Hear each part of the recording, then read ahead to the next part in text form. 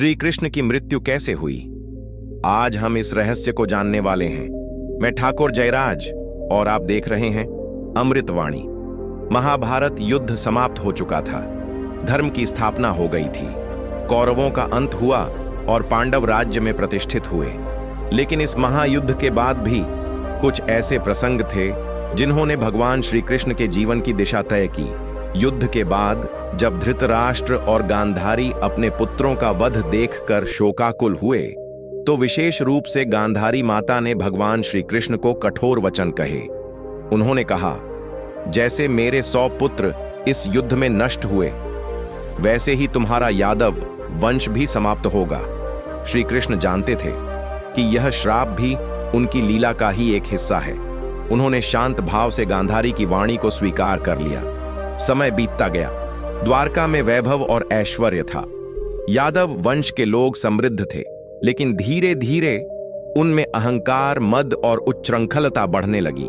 धर्म का क्षय होने लगा और अधर्म बढ़ने लगा। फिर आया वह समय जब यादवों के युवराजों ने मुनियों का उपहास किया।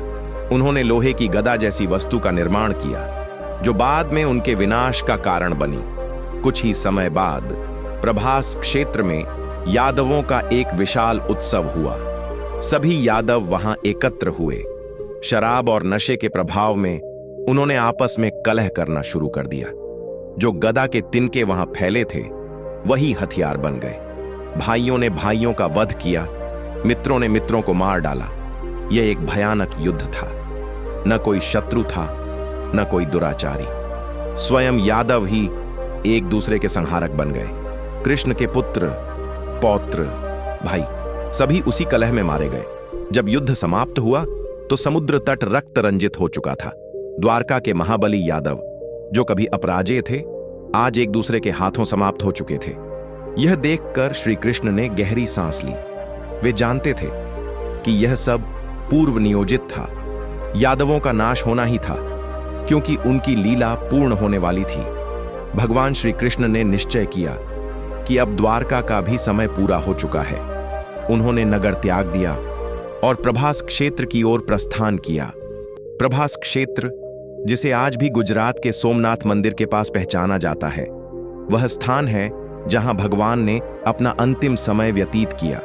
भगवान ने वहां पहुंचकर गहरी शांति का अनुभव किया। वे जानते थे कि अब उनकी धरती पर लीला का समापन होने वाला है। वे वन में प्रवेश कर गए और एक विशाल पीपल के वृक्ष के नीचे विश्राम करने लगे। उनका दिव्य स्वरूप आभा बिखेर रहा था। हरे भरे वन में भगवान का शांत चित्त बैठना, मानो प्रकृति भी उनके साथ ध्यान में लीन हो गई हो। उसी समय उस वन में एक शिकारी घूम रहा था। उसका नाम था जरा। वह अपने परिवार का पालन करने के लिए शिकार करता था। जरा एक श्रेष्ठ धनुर्धर था, लेकिन उसका हृदय क्रूर नहीं था। उसने दूर से देखा कि वृक्ष की छाया में हिरण जैसा कुछ चमक रहा है। असल में वह भगवान श्री कृष्ण का लाल जटाचरण था, जो सूर्य की किरणों में स्वर्ण की तरह चमक रहा था। जरा ने सोचा, यह तो कोई हिरण है। बिना अधिक विचार किए उसने अपना बाण धनुष पर चढ़ाया और वेग से छोड़ दिया। वह बाण सीधे भगवान श्री कृष्ण के पांव में लगा। क्षण भर में जरा को एहसास हुआ कि उसने बहुत बड़ी भूल कर दी है। वह दौड़ता हुआ पास आया, देखा तो स्तब्ध रह गया। यह तो कोई साधारण मनुष्य नहीं, बल्कि स्वयं द्वारकाधीश भगवान श्री कृष्ण है। उसके हाथ कांपने लगे, आंखों से आंसू बहने लगे। वह उनके चरणों में गिर पड़ा और बोला, प्रभु, मैंने अज्ञानवश भयानक पाप कर दिया, मुझे क्षमा कर दीजिए। मैं आपको हिरण समझ बैठा, अब मेरे जीवन का कोई अर्थ नहीं। भगवान श्री कृष्ण ने उसकी ओर देखा। उनके मुख पर वही दिव्य मुस्कान थी। उन्होंने अत्यंत शांत स्वर में कहा, जरा भय मत कर, यह सब पूर्व निर्धारित है। तुम्हारा तीर ही इस शरीर का अंत करने वाला साधन था। इसमें तुम्हारा कोई दोष नहीं। तुम्हें इससे पाप नहीं लगेगा, बल्कि पुण्य ही मिलेगा। भगवान की वाणी सुनकर जरा रो पड़ा। उसे विश्वास ही नहीं हो रहा था कि इतने महान भगवान उसे क्षमा कर रहे हैं।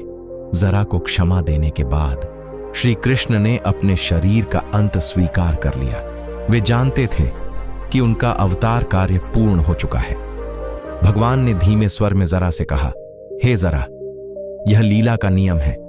प्रत्येक जीव का समय निश्चित है। मेरा समय भी आ चुका है। तुम्हारा तीर मेरे शरीर को छोड़ने का साधन बना। इसका अर्थ है कि यह सब पूर्व निर्धारित था। तुम चिंता मत करो, जाओ अपने घर लौटो और जीवन में धर्म का पालन करो। जरा भय और श्रद्धा से खड़ा रह गया। वह भगवान के चरणों को निहारता रहा। उसके हृदय में आत्मा की शांति और पवित्रता का अनुभव हुआ। फिर भगवान ने धीरे धीरे अपने नश्वर शरीर का त्याग किया। उनकी दिव्य आत्मा वैकुंठ धाम की ओर प्रस्थान कर गई। यह वही समय था जब भगवान का अवतार समाप्त हुआ और उनका शरीर पृथ्वी पर पड़ा। यह कथा हमें यह संदेश देती है कि शरीर नश्वर है लेकिन आत्मा अमर है। भगवान की लीला में भी मृत्यु एक निश्चित नियम है। जीवन और मृत्यु का चक्र सब पर लागू होता है। भगवान ने अपनी लीला पूर्ण कर भक्तों के लिए उदाहरण स्थापित किया। श्री कृष्ण की मृत्यु केवल एक शारीरिक घटना नहीं थी, बल्कि यह एक दिव्य लीला थी। आज भी उनकी उपस्थिति उनके उपदेशों में, भक्ति में और भक्तों के हृदय में जीवित है। यदि आप इस कथा को सुनकर प्रभावित हुए हैं तो कृपया नीचे कमेंट में अपने विचार साझा करें और यदि वीडियो पसंद आया हो तो अमृतवाणी चैनल को सब्सक्राइब करना न भूलें। जय श्री कृष्ण।